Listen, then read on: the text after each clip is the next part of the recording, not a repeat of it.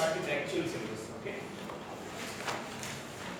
So yours is 8051 microcontroller. What we discussed in our course. Okay. 8051 microcontroller and its application. Okay. See, in this course, we are completely focusing on this microcontroller IC.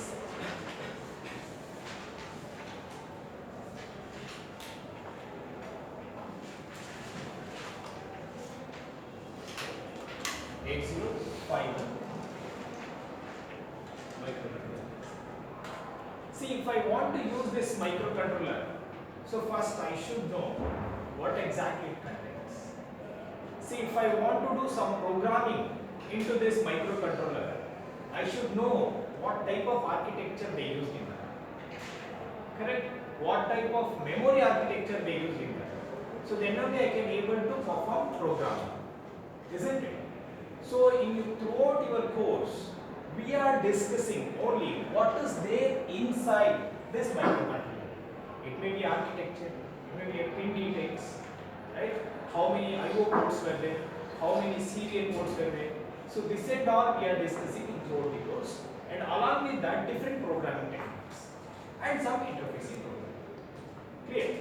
See, in order to do any programming operation, first we should know what is the specification of that particular microcontroller or the microprocessor.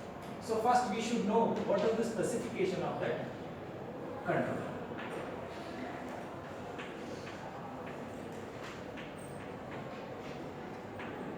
Specification of the controller. Specification of the controller is nothing but a features of the microcontroller.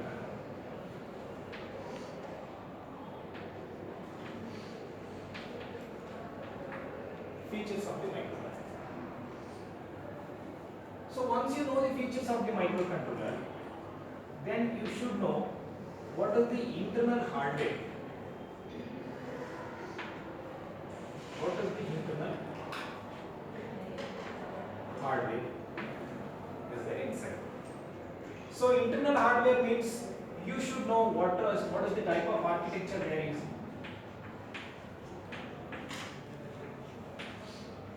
You should know completely architecture. So next you should know the pin diagram.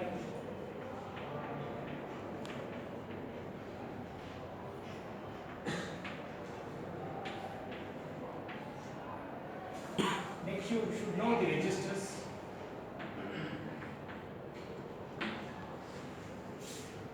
Okay. Then you should know what is the type of memory. Memory, it may be a ROM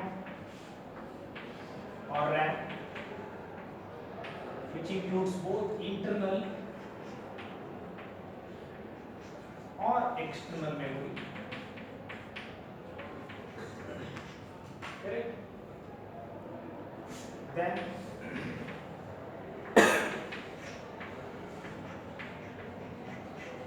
parallel port,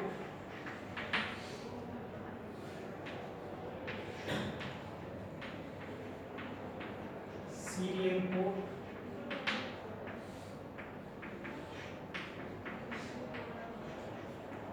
timer or counter. So you should know all those things. Then only it is easy to programming to that particular microcontroller. So once you know the hardware, the next step is the software.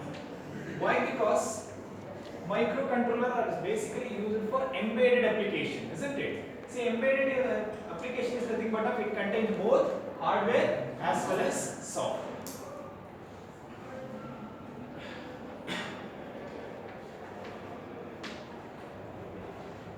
Okay, once it comes to the software, so there are two types of software.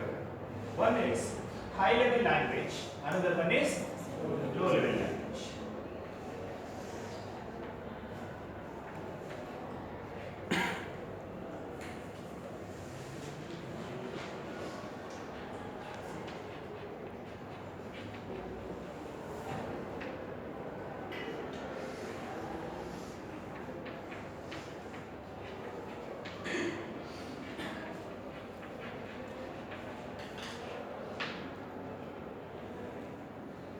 See, low level language is nothing but of assembly language.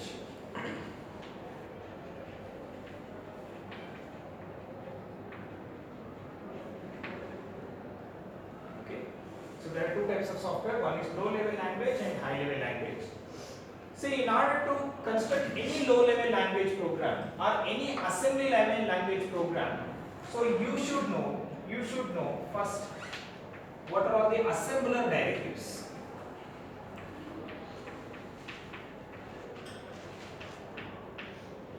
Assembler directives. Then you should know addressing modes.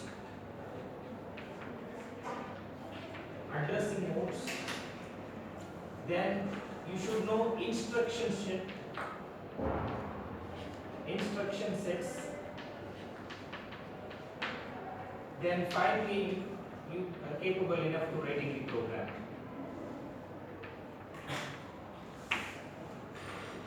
Okay.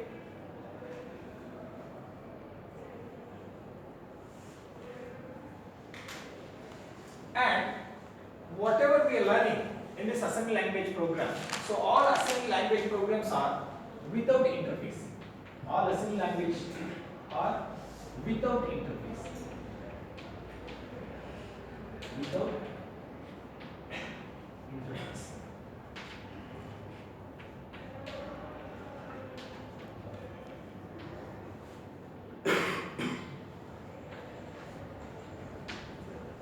That is all, without interface.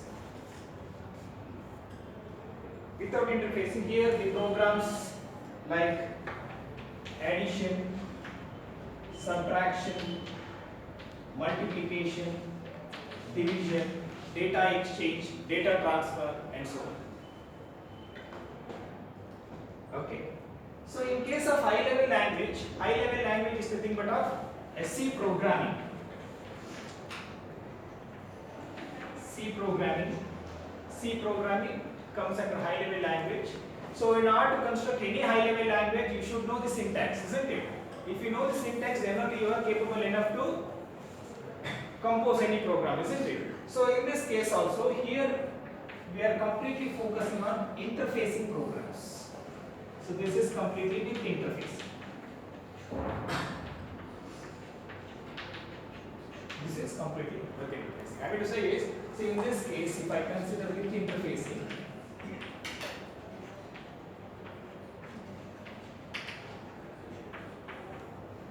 C program.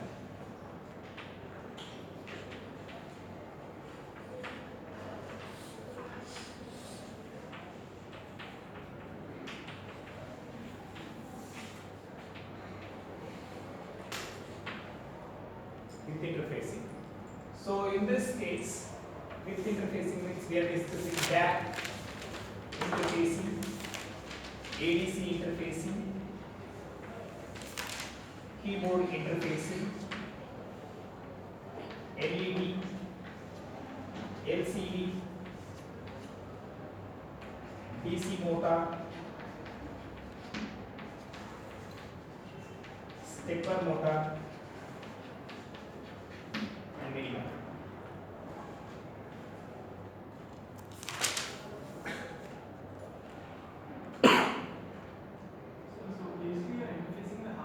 Yes, basically we are using hardware. But in case of assembly language, we are not using any hardware. So we are using only the simulation tool. So that key software is there, right? So that tool we are using and we are executing this program. It is without any hardware.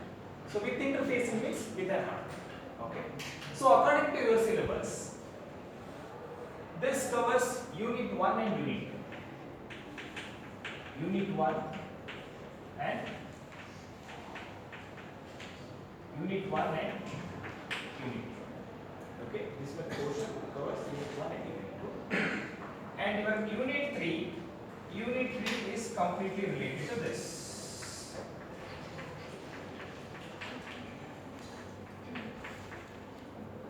Okay, your Unit 4 completely related to this.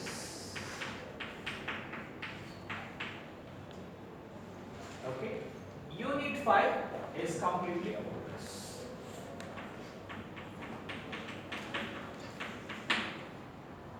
This is complete overview of your subject. Only this much. Nothing is there in this. Is this clear? We got one broader view. So this is what we need to discuss in your complete course. Is this clear?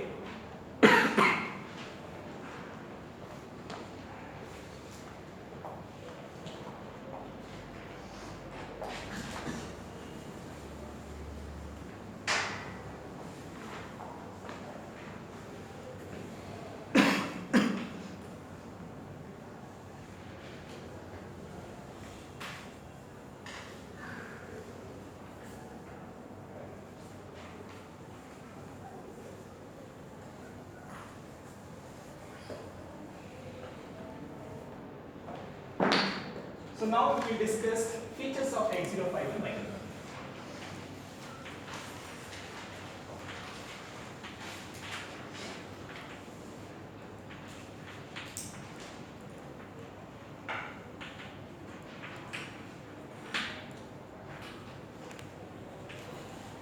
So first, before using that microcontroller, you should know what are all the features of that microcontroller.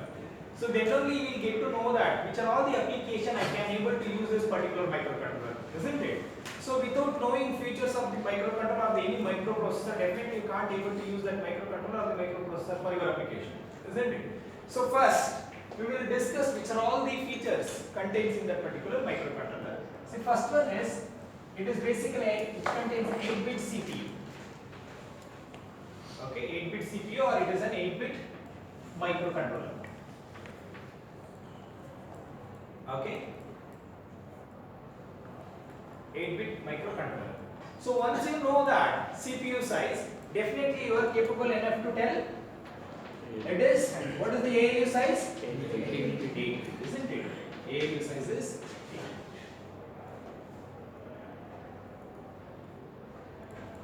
Next, this is actually a 40-pin DIP IC. 40-pin DIP IC. What is DIP? What does DIP stands for? Dual inline package, isn't it?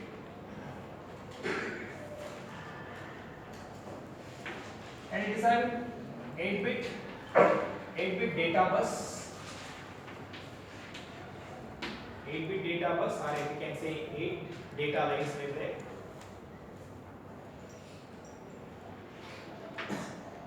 It is having 16-bit address line, which is having 16-bit address line. 16-bit address line means with the help of address line, what we can possible to calculate? Data size of memory. What is the maximum memory it can support, isn't it? So how to calculate that? 2 to the power of 16. 2 to the power of 16 means how much it is? 64 kilobytes. See, if I write elaborately, 65,536. Okay. So 64 kilobytes. If I convert this into hexadecimal form, so what is the representation? Hexadecimal form. See, initial address, because it is a 16-bit. 16-bit means how we are going to be representing in hexadecimal. So it starts from 0, 0, 0, 0 to till F, F, F, F, which is equal to 0, which is equal to 64. Correct. So how to represent this in that form? See, each position indicates one nibble. Each position indicates one nibble. One nibble is nothing but a 4 bit. So here also 4 bit, here also 4 bit, here also 4 bit. Isn't it? Totally it is 16. Correct, no? That's how we are going to represent 8421 code. So 4 bit we need not to represent any number. 4, 5, 6, whatever it is. Correct, no? 8421. If I want to represent 0, 1, 0, 0, 1. If I want to represent 2, 0, 0, 1, 0. So in decimal format I am writing this as 1. This one is 2. Is this getting? Each position 1 nibble. So totally it is a 16 bit. One position contain 4 bit binary. So this is what we are representing in hexadecimal format. Remember that hexadecimal. In order to indicating that hexadecimal form, so we are representing with H. H indicates hexadecimal. If it is in hexadecimal representation, each position is 4 bit in size. I mean to say each position indicates 1 bit. If I consider this 2, then this become byte. Byte means 8 bit equal to 1 byte. See, if I consider all, so then it is a word. Okay, 16 bit.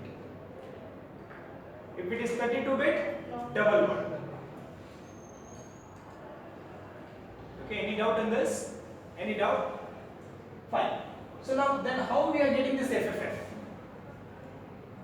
So in order to get that, see what is 64 kilobytes. 64 kilobytes means, see, total we have 16 bit. So 10 bit means 2 to the power of 10 is equal to 1 kilobyte. 2 to the power of 11, 2 kilobyte. 2 to the power of 12, 4 kilobytes. 2 to the power of 13, 8 kilobyte. 2 to the power of 14, 16 kilobytes. 2 to the power of 15, 32 kilobytes. 2 to the power of 16, 64 kilobytes.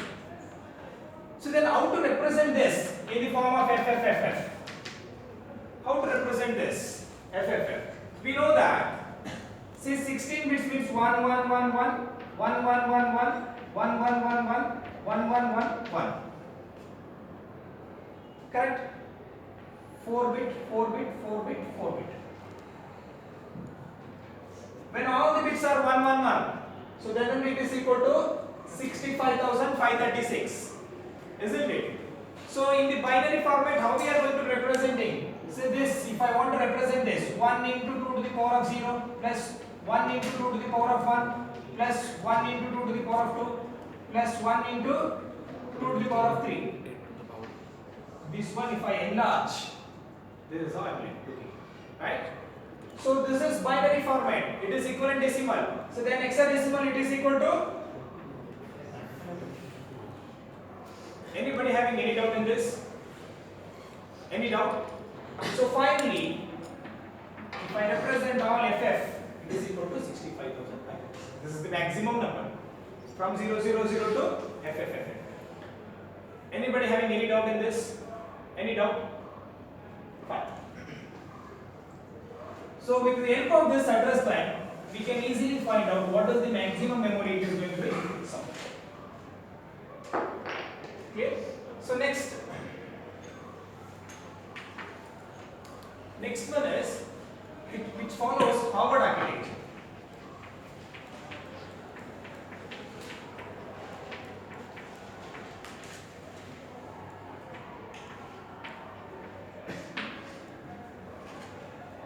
So what is Harvard architecture?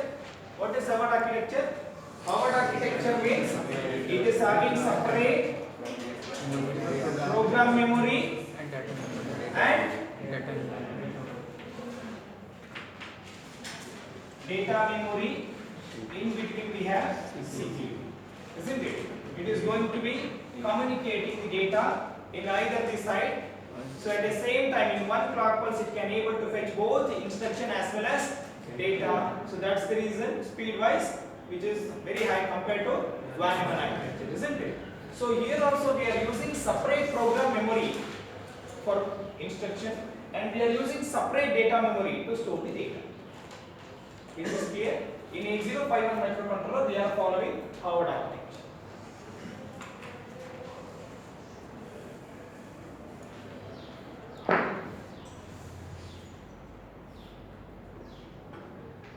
See, in this case, we are using 116-bit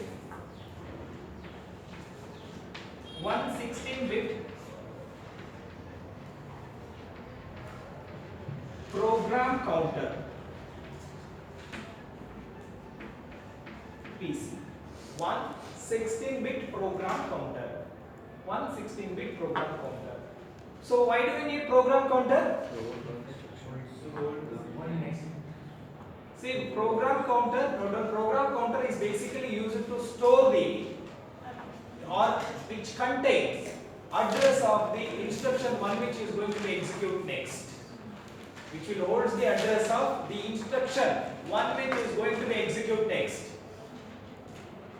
Okay, see for example, if I am having a program like this, so we know that program counter always holds the address because these instructions are stored in some memory location from 0000 location to so some FFFFH memory location. So what happened? This program counter always contains the address of the instruction. Okay, where exactly that instruction storing, right? So that address contains in the program counter the instruction one which is going to be executed next. Okay, that instruction address stored into the program counter. Is this clear? Which is having one 16-bit DPTR. DPTR means data pointer register. Data pointer register. It is having one 16-bit data pointer register. Data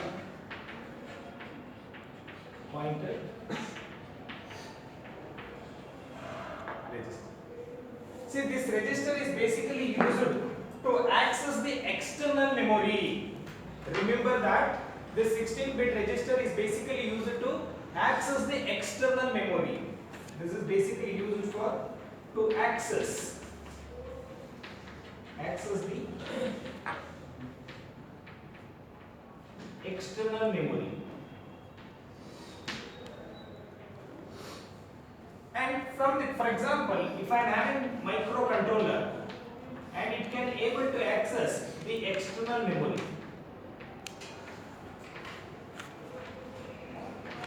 It can able to access the external memory. And with you can transfer, or this DPTR can able to hold data or address, anything. Okay, this DPTR can able to hold external data or external address, anything it can hold. It can hold address or data, anything. But it should be 660. But sometime for my program or my application 8-bit is enough. I need to access only 8-bit. I don't want 16-bit. So that point of time we have a provision in DPTR. We can possible to access this DPTR 8-bit also. How it is? See, if I consider this DPTR, internally it is having DPH and DPN. See, DPH is nothing but of higher byte, DPL is nothing but of lower byte. Okay, so this is one 8-bit and this is one 8-bit. Even we can able to access this DPTR separately 8-bit. We can able to store 16-bit data also. We can able to store 8-bit also. If I want to do 8-bit operation, I need to call separately DPH and DPL. So each stores 8-bit. How is the pointer exactly high or low? Which one? The DPH or DPL. Separate registers were there.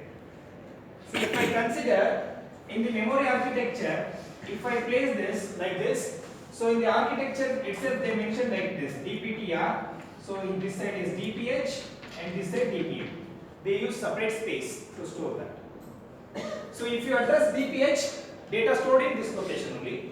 If you specify DPL, then data stored this location only. Even for DPH and DPL, they are given separate address location. I will tell you that later. Okay, there is separate address they specified for DPH and DPL. See, one thing you remember, in any memory location, even current day, whatever the memory you are using, each and every location maximum it can able to store only 8-bit of data, 1 byte of information. Remember that. If I want to store 2 bytes, then I need 2 locations. If I want to store 32-bit data, how many locations I need? 4 locations. Each and every time we can possible to interact with 1 byte. But if the processor is 32-bit, so it is going and fetching 4 location data and it will perform the operation. That's it.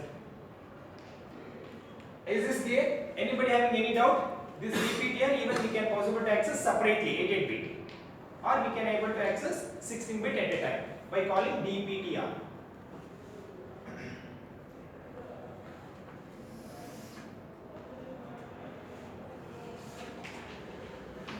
having one status register, PSW, program status word register. Program status word register. This is an 8-bit program status word register. Program status word register. It is 8-bit in size. So why do we need this program status register? This program status register is also called as a flag register. Okay, it is also called as a flag register. Remember that. So then why do we need this register? This register is basically used to see the status of the program, or in order to control the status of the program. Remember that with the help of PSW we can able to control the flow of program, or we can able to control the status of the program. So how exactly it will perform? Say we take one example. See here. See, for example, this is the main program. Okay. In between, you are using one condition. You are performing some addition operation, some addition A comma B. So then in between you will give one more instruction, jump if carry. After adding two numbers, if you get any carry, okay, so then jump this particular location. Where it has to jump? So I will label here. So according to that, what happens? So from where exactly it will jump? How exactly control? Pass to this subroutine. Correct, right? If there is a carry, then it has to jump to some different address location. Then how exactly it will jump? Because meanwhile, and then separately one PSW register is the status register. So where exactly it will check the carry? Because it has to check carry, right? After adding this number, so here one carry bit position is there. So after adding this two number, automatically this position becomes 1. In the back side, processor is always watching this status register also. Correct, no? And after adding this two number, if I get any carry, automatically it will store in this location. So then next instruction is jump if carry. Jump if carry means where exactly it has to see? It will see this status register. If this bit is 1, then change your control. Okay, from main program to the subroutine. Okay, it will change the direction. Okay, then from here it will jump here and it will execute this. Then after that it will. Okay, in order to control the flow of execution, remember that this PSW which will control the flow of execution. Okay, which will monitor the program execution flow, or it is used for basically status. Which status? It may be a carry status or it may be a 0 status. Okay, so many more other operation also we can able to control with the help of this PSW. Later we will get to know. Is this clear? So this is called program status word register. Okay, and it is having four bidirectional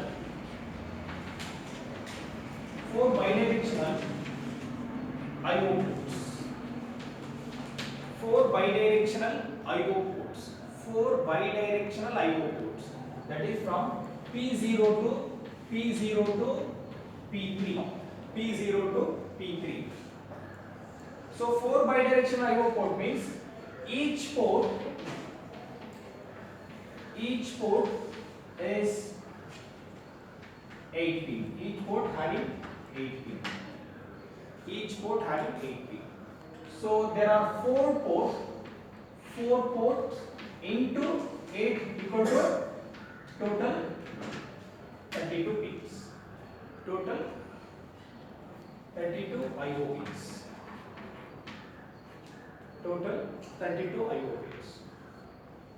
Now, say for example, this is my microcontroller.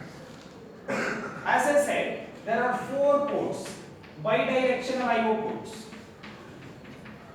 If I consider this is my 8051, which is having four bidirectional I/O, P0, P1, P2 and P3.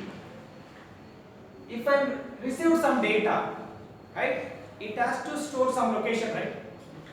Correct, no? So in order to store that, internally separate registers are there to store this port data. So there are 4 separate registers to store the port information. That is P0 to P3. Okay, there are registers P0, P1, P2 and P3, separate registers in order to store this port information.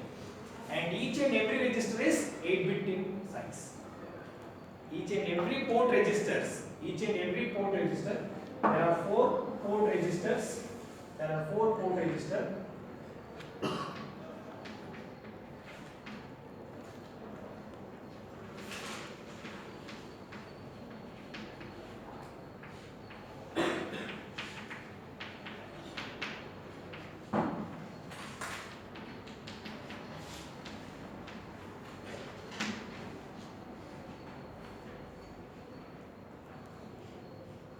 And each is 8-bit in size.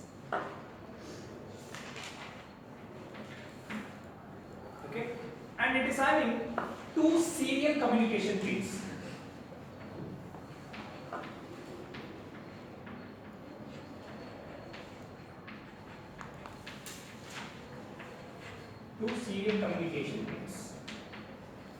One is TXD and another one is RX.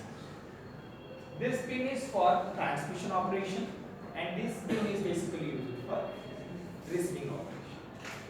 Okay, and this is the serial communication. See, in this serial communication, see, if I consider any 8051 microcontroller, it is having one pin is for transmission and one pin is for receiving the data. See, one side it is keep on transmitting the data, one side it is keep on receiving the data.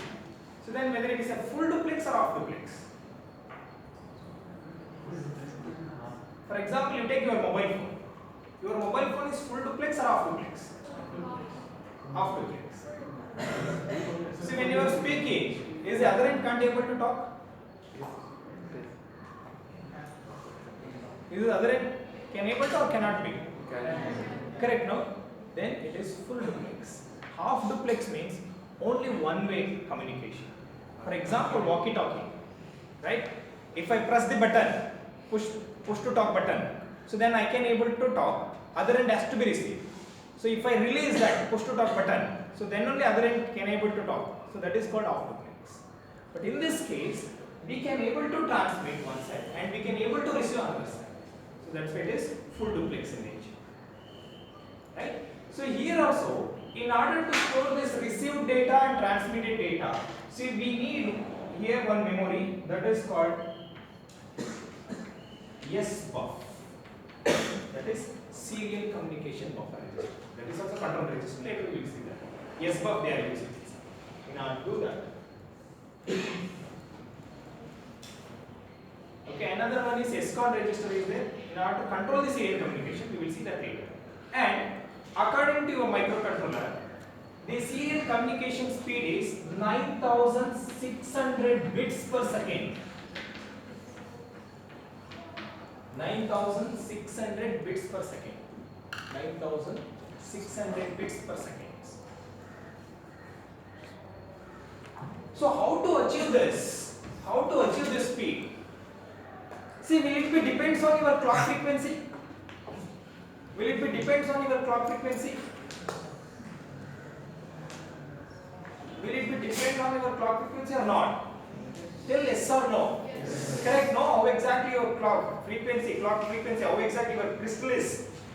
Correct? No toggling. In that much speed only it can able to. Right? There we need to set the frequency. Correct? See, for example, if I want to achieve this 9600 bits per second, so that with the help of baud rate calculation,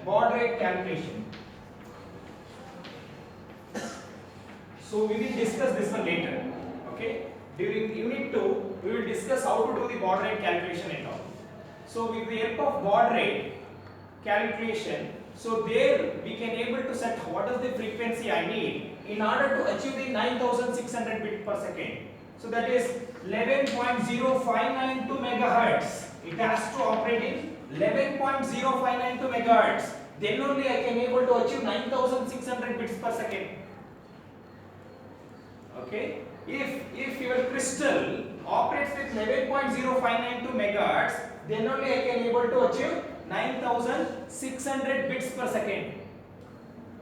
So that how to calculate that one? Using baud rate calculation. And this baud rate calculation is basically required to achieve the serial communication, this 9600 bits. And even some people will ask, right, so why we need to use 11.0592 megahertz only? This is because in order to achieve the serial communication. In my serial parallel but not a problem, but in serial communication, because in order to do the synchronization to the other end, correct? So I need to calculate properly 9600 bits per second. In order to achieve that, we need this frequency 11.0592 megahertz.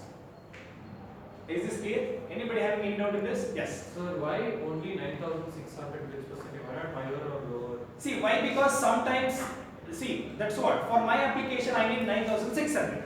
If I want 10,000, so that time, so I need to change this frequency. Why? Because you have a flexibility of 1 to 16 megahertz. Whatever the microcontroller we are using, it is maximum of 1 to 16 kilohertz, 16 megahertz. But we taken standard 9600 bit rate. So there are standard is there 9600 and so on. So you need to, if you want to achieve that, so then I need to calculate this. If you know this frequency, you can easily find out what is the serial communication bit rate. If you know this, see for example, destination end, because most of them they are using 9600, that is the standard they are using. See, if I want to synchronize the destination end, for example, this side I am setting and I am sending some serial communication data. So other end should be the 9600 only. See, there they are using 9600. If I am sending with the 10,000 speed, 10,000 bits per second, then definitely there may be a data loss. It won't synchronize each other. Okay? So you can, because you have, that's why they will give provision 1 to 16 megahertz.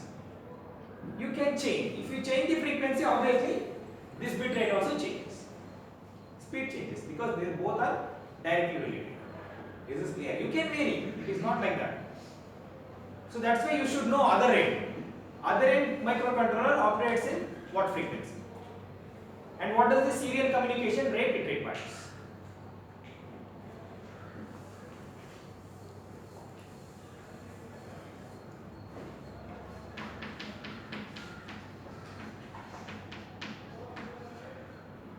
Okay. So next is, it is having two 16-bit timers. Timer or counter hard. Timer or counter hard. It is having two 16-bit timer or counter hard.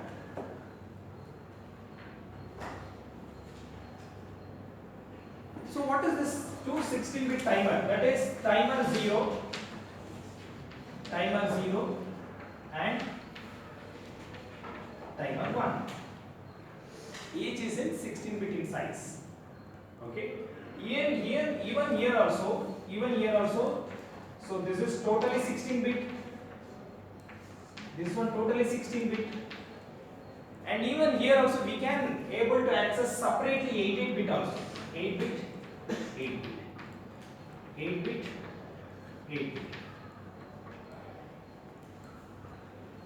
See, 8-bit means here I need to use TH0, TL0, TH1, TL. If I want to access separately. If I specify this TH0, it indicates I am using timer 0 higher byte. If I am using TL0, I am using 8-bit of timer 0, lower 8 or lower byte.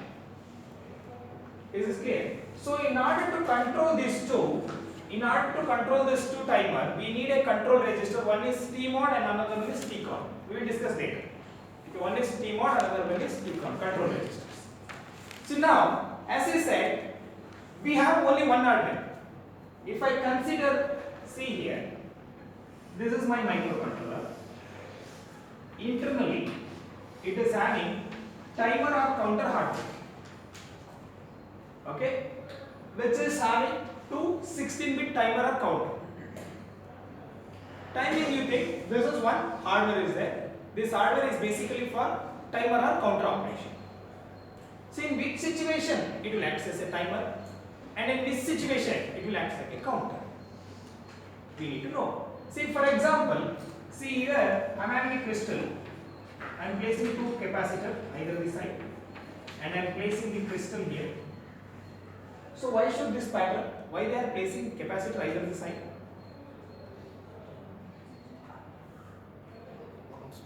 Correct. Analog electronics. You already discussed, studied, right? That course. Why across the crystal? Why they are placing the capacitor? Smooth discharge. What smooth discharge you are doing? Is this you are going to be discharging the AC component or the DC component? DC component. AC component. Here you are going to be discharging AC component. Or it is for smooth resonance. For what reason? Huh? For what reason we need?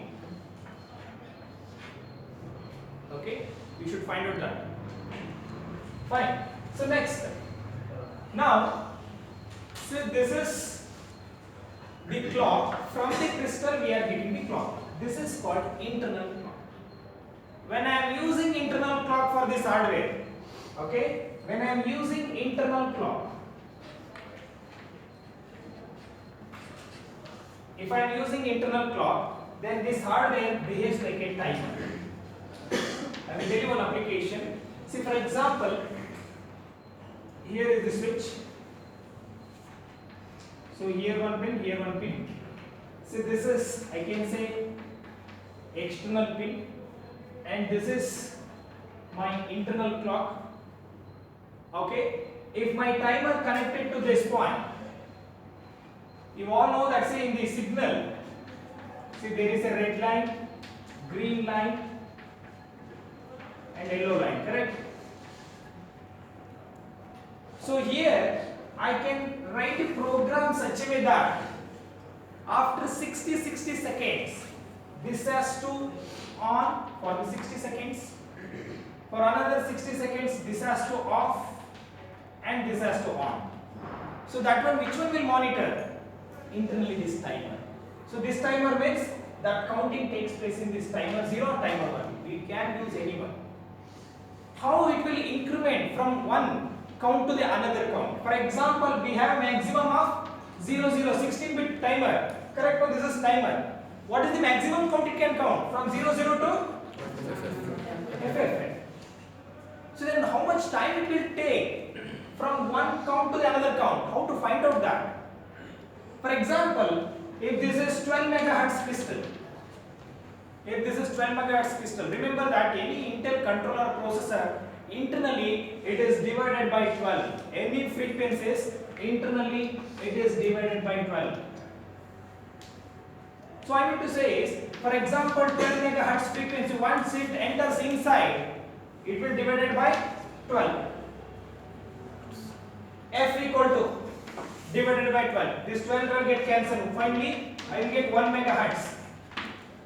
So how to find out the time? T equal to 1 by F. So 1 by F means this is 1 by 1 megahertz. How much it is? 1 microseconds. So in order to jump the count from 00 to 001, it required 1 microseconds. See, if I want to count from 000 to FFF, how much I need? I need 65,536 microseconds. Is this clear? How to do the counting and all? So like that, this one also we can possible to use the application. For example, in your traffic lights and all, they are using like this. They are writing some subroutine programs according to that. Till the time this has to be high, till the time this has to be high. So like that they are making the program. In order to do that, they are using this timer and counter hardware as a timer. So that time they are using only the internal clock, not the external clock. Then which application we are using this hardware for a counter operation? For example, if you take in car parking, car parking lot. Okay, so there in order to count the number of cars or enters inside the car parking area, see that point of time, if car enters, automatically I will get one clock.